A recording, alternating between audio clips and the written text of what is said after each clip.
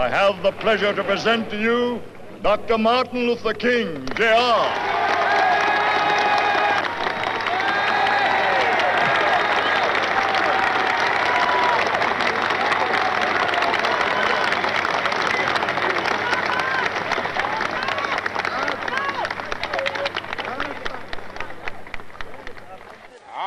Happy to join with you today in what will go down in history as the greatest demonstration for freedom in the history of our nation.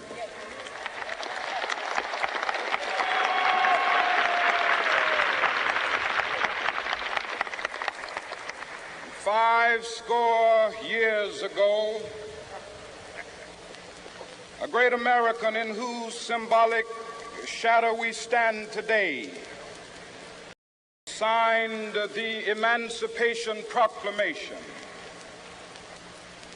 This momentous decree came as a great beacon light of hope to millions of Negro slaves who had been seared in the flames of withering injustice. It came as a joyous daybreak to end the long night of their captivity.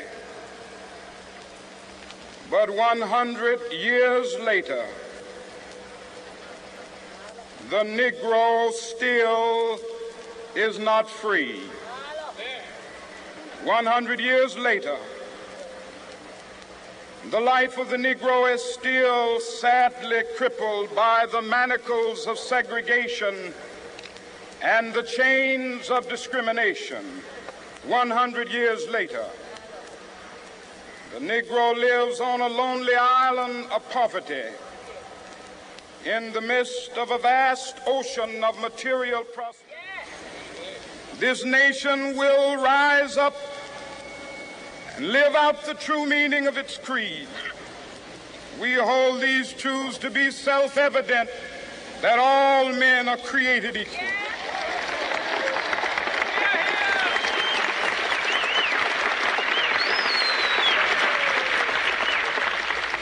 I have a dream that one day on the red hills of Georgia, the sons of former slaves and the sons of former slave owners will be able to sit down together at the table of brotherhood. I have a dream that one day, even the state of Mississippi, a state sweltering with the heat of injustice, sweltering with the heat of oppression, will be transformed into an oasis of freedom and justice. I have a dream that my 4 little children will one day live in a nation where they will not be judged by the color of their skin, but by the content of their character. I have a dream today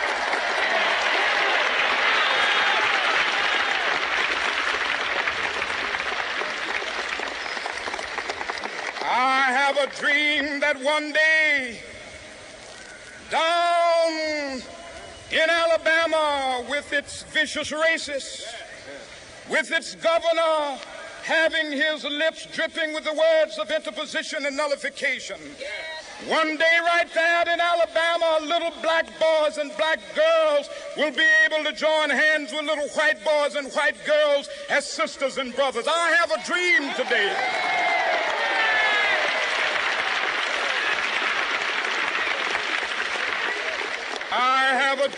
that one day every valley shall be exalted, and every hill and mountain shall be made low. The rough places will be made plain, and the crooked places will be made straight, and the glory of the Lord shall be revealed, and all flesh shall see it together. This is our hope. This is a faith that I go back to the South with. With this faith, we will be able to hew out of the mountain of despair a stone of hope. With this faith, we will be able to transform the jangling discords of our nation into a beautiful symphony of brotherhood. With this faith, We will be able to work together, to pray together, to struggle together, to go to jail together, to stand up for freedom together, knowing that we will be free one day. This will be the day. This will be the day when all of God's children will be able to sing with new meaning, "My country, tears of thee. Sweet land of liberty, of thee I sing. Land where my fathers died, land of the pilgrim's pride. From every mountainside, let freedom ring. And if America is to be a great nation, this must become true. And so let freedom ring. From the prodigious hilltops of New Hampshire, let freedom ring.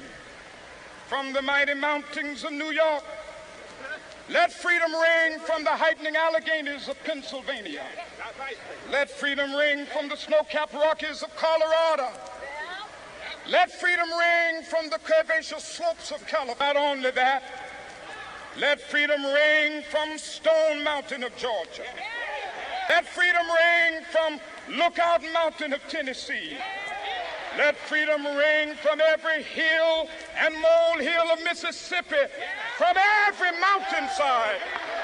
Let freedom ring. And when this happens, when we allow freedom ring, when we let it ring from every village and every hamlet, from every state and every city, we will be able to speed up that day when all of God's children, black men and white men, Jews and Gentiles, Protestants and Catholics, will be able to join hands and sing in the words of the old Negro spiritual. Free at last, free at last. Thank God Almighty, we are free at last.